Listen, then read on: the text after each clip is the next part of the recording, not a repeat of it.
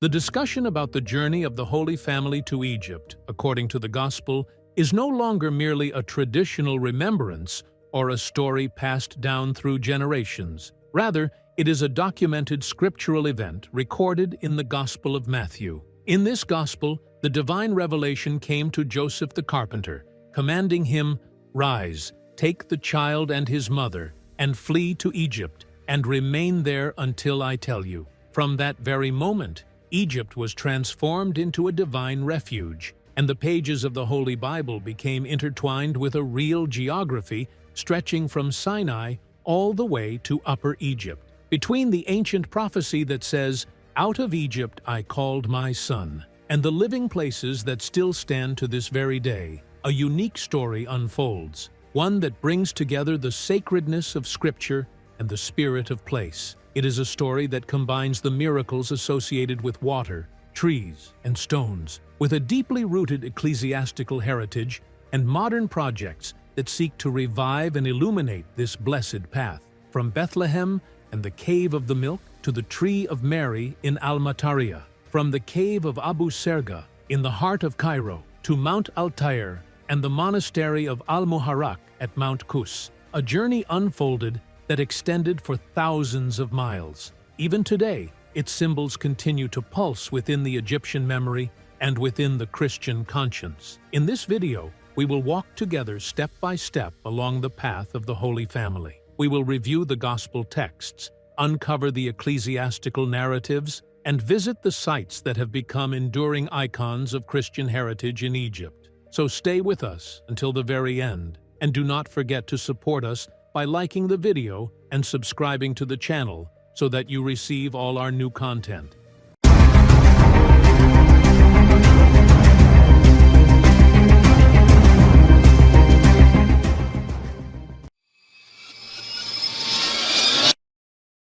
The story began with a single question that set Jerusalem ablaze with anxiety and curiosity. Where is he who has been born King of the Jews? The Magi entered the city following the star, and their question spread quickly through the streets. The news stirred both the palaces and the markets, and King Herod himself became deeply troubled. He was a ruler known for his suspicion and his constant fear of anyone who might compete with him for the throne. In response, he gathered the chief priests and the scribes and asked them to interpret the prophecy. Their answer came from the sacred scrolls. The child would be born in Bethlehem. At that point, Herod secretly summoned the Magi and carefully questioned them about the exact time when the star had appeared.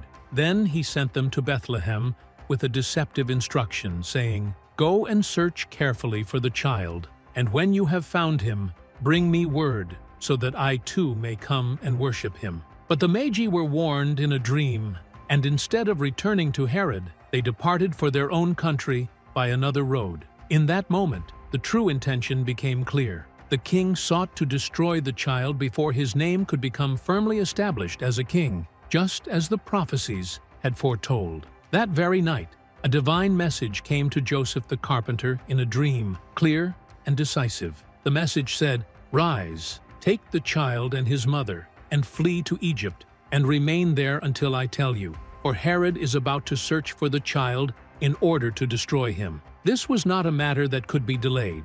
It was a divine command, a plan of salvation that stood in direct opposition to the king's plan. Joseph moved immediately.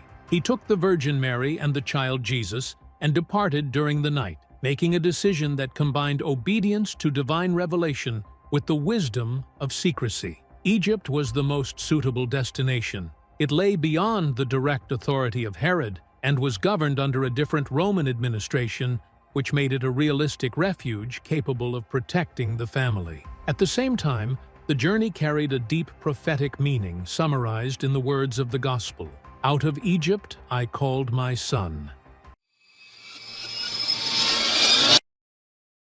The procession of the Holy Family set out from the borders of Palestine along a gradual route that combined coastal paths and highlands. The beginning was from Ashkelon, the coastal city through which many caravans passed. From there, they moved toward Hebron, with its calm highlands, and after that, to Gaza, which formed a major crossroads and an important supply depot for caravans heading south. From Gaza, the journey continued toward Khan Yunis, which served as a resting point and a place for replenishing provisions before the travelers approached the edge of the desert near Rafah. There, the nature of the terrain began to change. Resources became scarcer, and the landscape grew harsher. Soon, the route reached the region known today as Sheikh Zuweid. At that time, it was not an oasis in the strict sense, but rather a coastal Bedouin settlement located between Rafah and Al-Arish. Around it were scattered small residential clusters and separate wells that served the caravans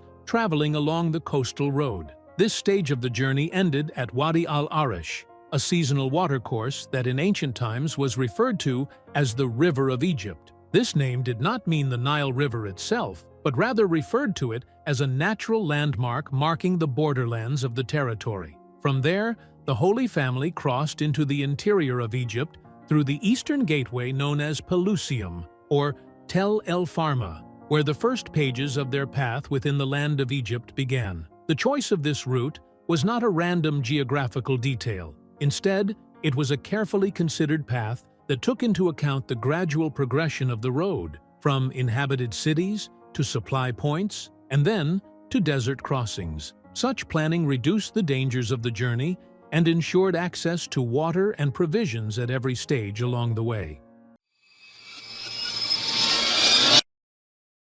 As soon as the Holy Family crossed the Eastern Gateway, the journey entered a new chapter in the region of the Eastern Delta, where quiet agricultural towns stand side by side with ancient temples and historical wells. In Tel Basta, located in the governorate of Sharqiya Governorate and known in ancient heritage as the City of the Goddess, ecclesiastical tradition recounts that the idols trembled and fell when the child Jesus entered the place. The inhabitants of the area were shaken and frightened by what had happened. As a result, the Holy Family left the place quickly. Yet the narrative extends beyond the limits of a simple report into a broader horizon of symbolism. The fall of the idol was not merely a physical incident, but a sign that blessing had passed into a land that would later become a living space for Egyptian Christianity. From Tel Basta, the family continued their journey cautiously toward another place that still accompanies the Christian memory to this day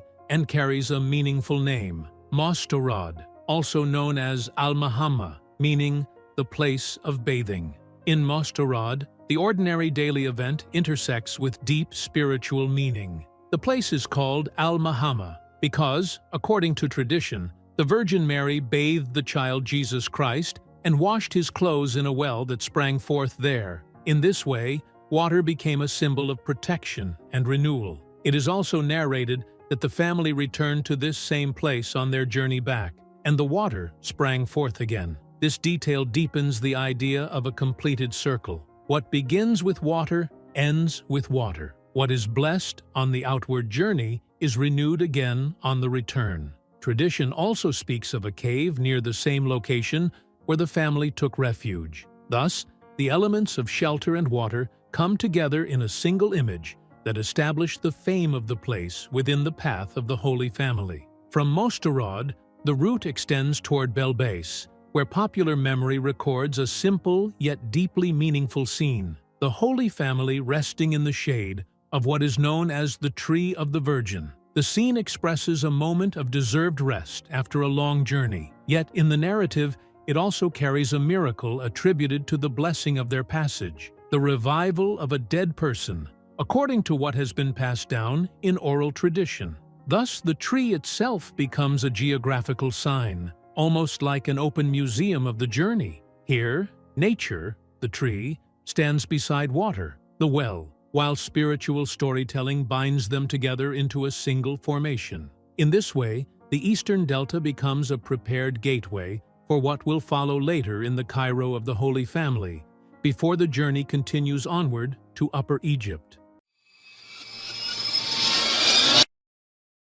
In Samanud, popular memory takes shape through simple domestic relics that nevertheless carry deep significance. The shrine there displays what is known as the stone kneading trough of Samanud, a granite basin that tradition attributes to the preparation of dough by the Virgin Mary during the passing of the Holy Family. This artifact today stands as a symbol of the hospitality with which the family was received, and it offers a key to understanding how ordinary daily details, such as bread being kneaded and water being drawn, were transformed into signs of blessing.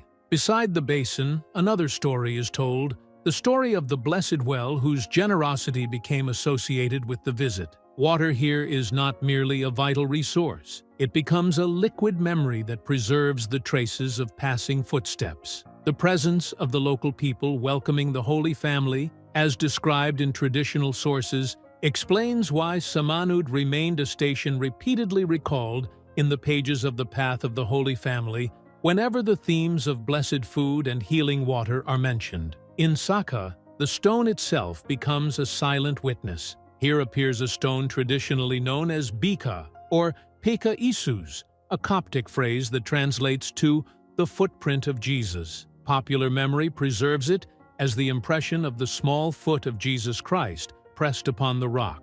For a long period of time, this stone remained hidden until it was rediscovered and brought back into public attention during the 1980s. Since then, it has become one of the iconic symbols of the route and an important physical trace connected with the footprint of Christ. Saka does not remain confined to an emotional or devotional dimension alone. Rather, it provides a clear example of how a local community creates a language of presence through a tangible relic, something that can be visited and honored. In this way, the stone itself transcends its physical nature and becomes a visual text that tells part of the story without the need for words. Between Samanud and Saka stretches the region known as Wadi El Mel, the Valley of Salt, forming natural margins that complement the spiritual narrative.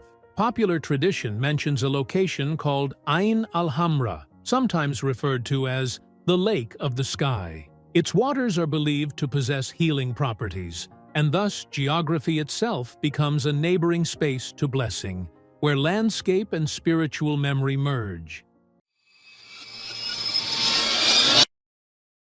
The Holy Family enters Cairo through a gateway that unites nature with devotion. The shade of the Mary's tree in Al-Matariya stretches over a place traditionally connected with a spring of water that once burst forth there. Nearby are references to the balsam plant, which in memory became associated with the preparation of the sacred myron oil used in the church. In this single location, three neighboring elements come together: the shade of the tree, the clarity of the water, and the fragrance of balsam. Together, they create a living icon within the modern Holy Family route in Egypt, offering the visitor a concentrated image of the meaning of blessing, something that can be seen, smelled, and touched. Not far from this historical line, the district of Zaytun records another event that entered spiritual memory in the 20th century: the luminous apparitions of the Virgin Mary. Although this event belongs to a much later era and is not chronologically connected with the first journey of the Holy Family,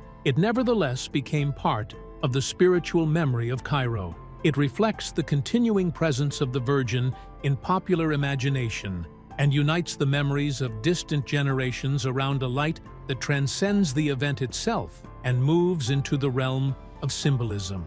From Zaytun, the steps move toward Haret Zuela, where a well associated with the line of the journey is remembered. Once again, water appears as a narrative thread that ties the stations together, as though it were a deep mirror linking the scene of Mamluk Cairo with the rhythm of the Holy Family's movement toward the south. In the heart of Old Cairo stands the Church of Saints Sergius and Bacchus, widely known as Abu Serga, built above a cave beneath the Babylon fortress. Tradition recounts that the Holy Family spent the night there. In this place, the architectural and the spiritual merge together, descending steps, a low ceiling, and a cool, silent atmosphere. Every detail reshapes the visitor's memory and turns the visit itself into a spatial experience that explains the journey without the need for many words. For this reason, Church of Saints Sergius and Bacchus has remained one of the most prominent stations of the route and a central point within the narrative of Coptic Cairo. On the bank of the Nile River, at the Church of the Virgin Mary in Maedi, the scene changes from stillness to movement. stone steps descend toward the water, and it is believed that a small ferry carried the Holy Family across the river toward Upper Egypt. Yet the surprise that would appear centuries later came on March 12, 1976, when a copy of the Bible was found floating on the water in front of the church. It was open to the verse, "Blessed be Egypt, my people." This incident has remained preserved in the shrine, not merely to add another detail to the story of the road, but to present a contemporary sign that the memory continues and renews itself with the same river that once carried the boat of the Holy Family long ago. As the journey turns southward, the Nile River begins to play its most prominent role in the journey of the Holy Family to Egypt. The water here is not merely a means of transportation, it becomes a thread that connects the stations of blessing. In Al-Bahnasa and the surrounding lands of Minya Governorate, the first signs of Upper Egyptian settlement begin to appear around a deep well rich with water. There, the Holy Family found a refuge that eased the hardship of the road and transformed the place into a blessed site that visitors still come to today. From there, the caravan moved onward to Deir al-Barnos, and then again toward Al-Bahnasa, where a story is told about the tree of the Virgin that extended its shade over travelers. The tree became a symbol of a compassionate presence that unites place and people at the same time. It is another manifestation of the recurring idea of the protecting shade that appears repeatedly along the stations of the route. The journey reaches one of its most dramatic moments at Gebel el-Tair in Samalut, where tradition says that the child Jesus Christ stretched out his hand to stop a rock that was about to fall upon the passing procession. The imprint of the hand remained engraved in the stone, an enduring sign that visitors can still see today. Centuries later, in the year 378 AD, the establishment of a church carved into the rock on the edge of the mountain was attributed to Helena, the mother of Constantine the Great. The church became a majestic landmark that firmly established the site as one of the greatest and most famous pilgrimage destinations in Upper Egypt, within the accounts of pilgrims. Meanwhile, El Ashmunain represented a shorter station along the road, a place to catch one's breath. Yet it remained a spiritual and geographical link between the Delta of Remembrance and the Upper Egypt of Blessing. At Monastery of the Virgin Mary at Al-Muharraq, located near Mount Kuskam in Asyut Governorate, the story reaches its climax. This place is considered the station of the longest stay in the entire path of the journey. Ecclesiastical traditions agree that the Holy Family remained here for approximately 6 months and 10 days, while some accounts say 6 months and 5 days. This duration gives the place the character of a home, rather than merely a point of passage. At the heart of the monastery stands the altar of the ancient church, known as the Stone of the Bed, upon which the child Jesus Christ is believed to have rested. The stone becomes a theological symbol that embodies the idea of an altar in the midst of the land of Egypt, a concept that appears in Christian tradition nearby, close to the Nile River. Extend the caves of Durunka, which tradition says opened their shelter to the Holy Family during the season of flooding. Over time, these caves transformed into an annual pilgrimage site, where church ritual meets popular memory. Between Durunka and Monastery of the Virgin Mary at Al-Muharraq, a complete circle of blessing appears to take shape. A fixed altar within the monastery, and caves outside that stand as witnesses to the journey. In this way, the monastery at Mount Kuskam becomes the summit of the journey and its deepest spiritual testimony.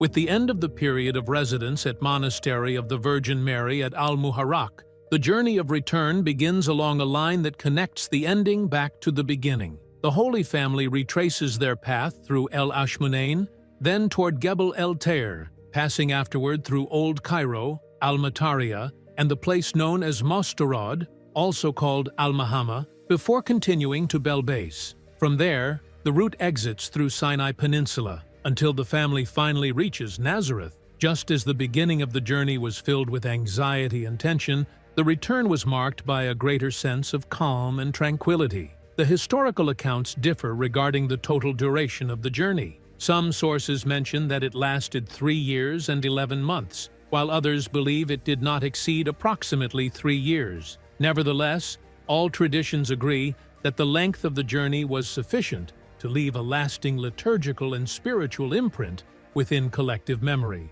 As for the distance, it is estimated to have been around 120 miles. The journey involved a combination of traveling on a donkey and sailing in riverboats along the Nile River. This number reveals the magnitude of the hardship faced and the diversity of the terrain crossed. It also explains the central role of water stations along the way, which functioned simultaneously as logistical supports and spiritual landmarks.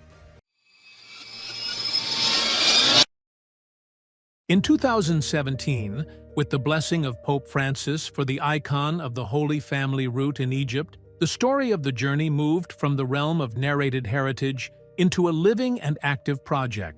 More than 75 sites across 8 Egyptian governorates were officially recognized. Preparations were carried out, visitor pathways were organized, and informational materials were developed so that the Holy Family route in Egypt could appear clearly on the global maps of spiritual pilgrimage. In this way, the annual celebration held on the 24th day of the Coptic month of Bashans, corresponding to June 1st, came to combine religious ritual with spiritual tourism. In this celebration, the sound of church bells blends with the movement of visiting pilgrims, and liturgical memory meets national identity in a single scene. Thus, the shrine sites have become a modern bridge connecting the past with the present, ensuring that the path of the Holy Family remains alive both in the collective consciousness and in the broader culture of pilgrimage and visitation. And so, the journey of the Holy Family reaches its conclusion.